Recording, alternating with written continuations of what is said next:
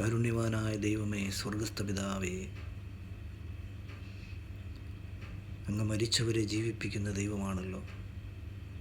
ഇല്ലാത്തതിനെ ഉള്ളതിനെ പോലെ തിരികെ വരുത്തുന്ന ദൈവമാണല്ലോ. കാരുണ്യവാനായ ദൈവമേ, അവിടുത്തെ തിരുക്കരങ്ങളിൽ ഞങ്ങളെ തന്നെ സമർപ്പിക്കുന്നു. സ്വർഗത്തിൻ്റെ വാതിലുകൾ തുറക്കണമേ. ആണികൾ തറയ്ക്കപ്പെട്ട അങ്ങയുടെ കരങ്ങൾ നീട്ടി ഞങ്ങളെ അനുഗ്രഹിക്കണമേ. കർത്താവേ, ഞങ്ങളെപ്പോഴും മേഴ്സിയായിരിക്കാൻ ഞങ്ങളെ സഹായിക്കണമേ. മേഴ്സി പോലെ ഇരിക്കാൻ ഞങ്ങളെ അനുഗ്രഹിക്കണമേ. മേഴ്സി ഫുള്ളായിരിക്കാൻ ഞങ്ങൾക്ക് കൃപ നൽകണമേ. പിതാവായ ദൈവത്തിൻ്റെ പുത്രനായ യേശുക്രിസ്തുവിൻ്റെ ആശ്വസിപ്പിച്ച് വഴി നടത്തുന്ന പരിശുദ്ധാത്മാവിൻ്റെയും നാമത്തിൽ തന്നെ ആമേൻ. മറിയയുടെയും അവളുടെ സഹോദരി മാർത്തയുടെയും ഗ്രാമമായ ബേഥാനിയിൽ ലാസർ എന്ന ഒരുത്തൻ ദീനമായി കിടന്നു. ഈ മറിയായിരുന്നു കർത്താവിനെ പരിമള തൈലം പൂശി തൻ്റെ തലമുടി കൊണ്ട് അവൻ്റെ കാൽ തുടച്ചത്. അവളുടെ സഹോദരനായ ലാസറായിരുന്നു ദീനമായി കിടന്നത്. ആ സഹോദരിമാർ യേശുവിൻ്റെ അടുക്കൽ ആളയച്ചു. കർത്താവേ, നിനക്ക് പ്രിയനായവൻ ദീനമായി കിടക്കുന്നുവെന്ന് പറയിച്ചു. യേശു അത് കേട്ടിട്ട്, ഈ ദീനം മരണത്തിനായിട്ടല്ല, ദൈവപുത്രൻ മഹത്വപ്പെടേണ്ടതിന് ദൈവത്തിൻ്റെ മഹത്വത്തിനായിട്ടത്രേ എന്ന് പറഞ്ഞു. യേശു മാർത്തയെയും അവളുടെ സഹോദരിയെയും ലാസറിനെയും സ്നേഹിച്ചു. എന്നിട്ടും അവൻ ദീനമായി കിടക്കുന്നുവെന്ന് കേട്ടപ്പോൾ താൻ അന്നായിരുന്ന സ്ഥലത്ത് 2 ദിവസം കൂടി താമസിച്ചു. അതിൻ്റെ ശേഷം അവൻ ശിഷ്യന്മാരോട്, നാം വീണ്ടും യഹൂദയിലേക്ക് പോകാ എന്ന് പറഞ്ഞു.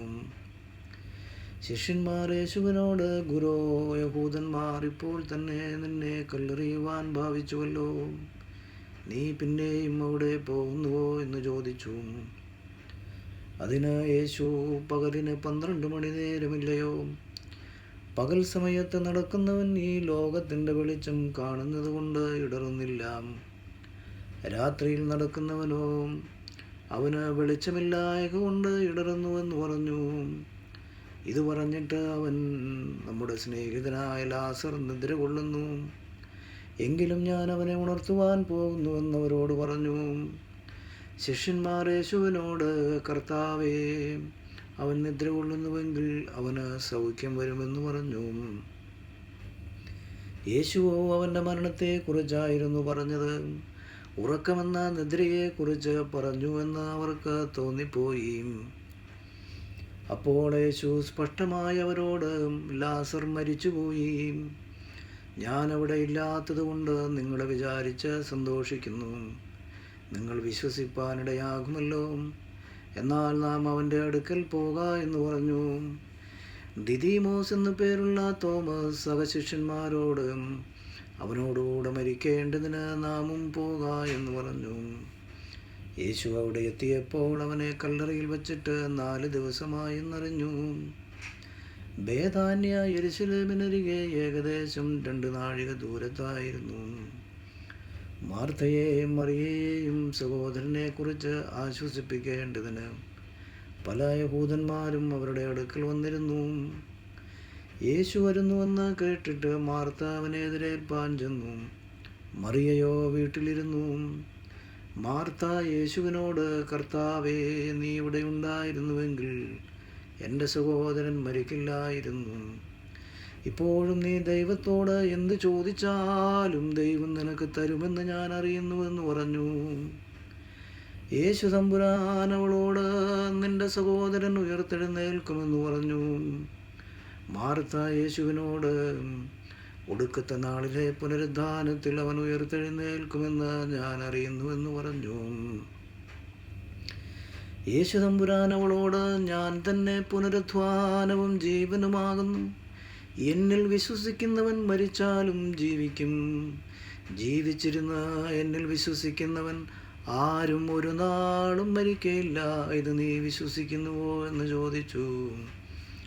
അവൾ യേശുവിനോട്, കർത്താവേ, ലോകത്തിൽ വരുവാനുള്ള ദൈവപുത്രനായ ക്രിസ്തു നീ തന്നെ എന്ന് ഞാൻ വിശ്വസിച്ചിരിക്കുന്നുവെന്ന് പറഞ്ഞു. പോയി തൻ്റെ സഹോദരിയായ മറിയയെ സ്വകാര്യമായി വിളിച്ചു. ഗുരു വന്നിട്ടുണ്ട്, നിന്നെ വിളിക്കുന്നുവെന്ന് പറഞ്ഞു. അവൾ കേട്ട ഉടനെ എഴുന്നേറ്റ് അവൻ്റെ അടുക്കൽ വന്നു.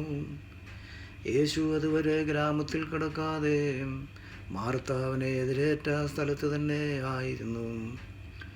വീട്ടിൽ അവളോട് കൂടെ ഇരുന്ന് അവളെ ആശ്വസിപ്പിക്കുന്ന യഹൂദന്മാർ മറിയ വേഗം എഴുന്നേറ്റ് പോകുന്നത് കണ്ടിട്ട് അവൾ കല്ലറയ്ക്കൽ കരയുവാൻ പോകുന്നുവെന്ന് വിചാരിച്ച് പിൻചെന്നു. യേശു ഇരിക്കുന്നിടത്ത് മറിയ എത്തി. അവനെ കണ്ടിട്ട് അവൻ്റെ കാൽക്കൽ വീണു. കർത്താവേ, നീ ഇവിടെ ഉണ്ടായിരുന്നുവെങ്കിൽ എൻ്റെ സഹോദരൻ മരിക്കില്ലായിരുന്നു എന്ന് പറഞ്ഞു. അവൾ കരയുന്നതും അവളോടുകൂടെ വന്ന യഹൂദന്മാർ കരയുന്നതും യേശു കണ്ടിട്ട് ഉള്ളം നൊന്ത് കലങ്ങി. അവനെ വെച്ചത് എവിടെ എന്ന് ചോദിച്ചു. കർത്താവേ, വന്ന് കാണുക എന്നവർ അവനോട് പറഞ്ഞു. യേശു തമ്പുരാൻ കണ്ണുനീർ വാർത്തു. ആകയാൽ യഹൂദന്മാർ, കണ്ടോ അവനോട് എത്ര പ്രിയമുണ്ടായിരുന്നുവെന്ന് പറഞ്ഞു. ചിലരോ കുരുടൻ്റെ കണ്ണു തുറന്ന ഇവനെയും മരിക്കാതാക്കുവാൻ കഴിഞ്ഞില്ലയോ എന്ന് പറഞ്ഞു. യേശു പിന്നെയും ഉള്ളം നൊന്ത് കല്ലറയ്ക്കലെത്തി. അത് ഒരു ഗുഹയായിരുന്നു. ഒരു കല്ലും അതിന്മേൽ വച്ചിരുന്നു. കല്ല് നീക്കുവനെന്ന് യേശു പറഞ്ഞു. മരിച്ചവൻ്റെ സഹോദരിയായ മാർത്ത, കർത്താവേ, നാറ്റം വച്ചു തുടങ്ങി 4 ദിവസമായല്ലോ എന്ന് പറഞ്ഞു. യേശു തമ്പുരാൻ അവളോട്, വിശ്വസിച്ചാൽ നീ ദൈവത്തിൻ്റെ മഹത്വം കാണും എന്ന് ഞാൻ നിന്നോട് പറഞ്ഞില്ലയോ എന്ന് ചോദിച്ചു. അവർ കല്ല് നീക്കി. യേശു തമ്പുരാൻ സ്വർഗത്തിലേക്ക് നോക്കി, പിതാവേ, നീ എൻ്റെ അപേക്ഷ കേട്ടതിനാൽ ഞാൻ നിന്നെ വാഴ്ത്തുന്നു. നീ എപ്പോഴും എൻ്റെ അപേക്ഷ കേൾക്കുന്നുവെന്ന് ഞാൻ അറിഞ്ഞിരിക്കുന്നു. എങ്കിലും നീ എന്നെ അയച്ചുവെന്ന് ഈ ചുറ്റും നിൽക്കുന്ന പുരുഷാരം വിശ്വസിക്കേണ്ടതിന് അവരുടെ നിമിത്തം ഞാൻ പറയുന്നുവെന്ന് പറഞ്ഞു. ഇങ്ങനെ പറഞ്ഞിട്ട് യേശു തമ്പുരാൻ, ലാസറേ, പുറത്തു വരിക എന്നുറക്കെ വിളിച്ചു. മരിച്ചവൻ പുറത്തു വന്നു. അവൻ്റെ കാലും കൈയും ശീല കൊണ്ട് കെട്ടിയും മുഖം റൂമാൽ കൊണ്ട് മൂടിയും ഇരുന്നു. അവൻ്റെ കെട്ടഴിപ്പിൻ അവൻ പോകട്ടെ എന്ന് യേശു അവരോട് പറഞ്ഞു. മറിയുടെ അടുക്കൽ വന്ന യഹൂദന്മാരിൽ പലരും അവൻ ചെയ്തത് കണ്ടിട്ട് അവനിൽ വിശ്വസിച്ചു. ആമീൻ.